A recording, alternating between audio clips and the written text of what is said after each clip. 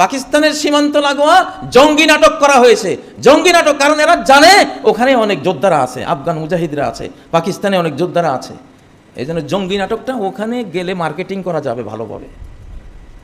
বাংলাদেশে জঙ্গি নাটক করলে সবাই জুতা পেটা করবে যে এখানে ডক্টর ইউনূস নোবেল শান্তি, নোবেল পুরস্কারের বিজয়ী, উনি শান্তিতে, তো ইউনূসের অধীনে জঙ্গি নাটক করিস, এটা পৃথিবীর কেউ বিশ্বাস করবে না। করবে? বিশ্বাস করাতে পারবে না। এই জন্য নাটকটা করা হয়েছে ওখানে।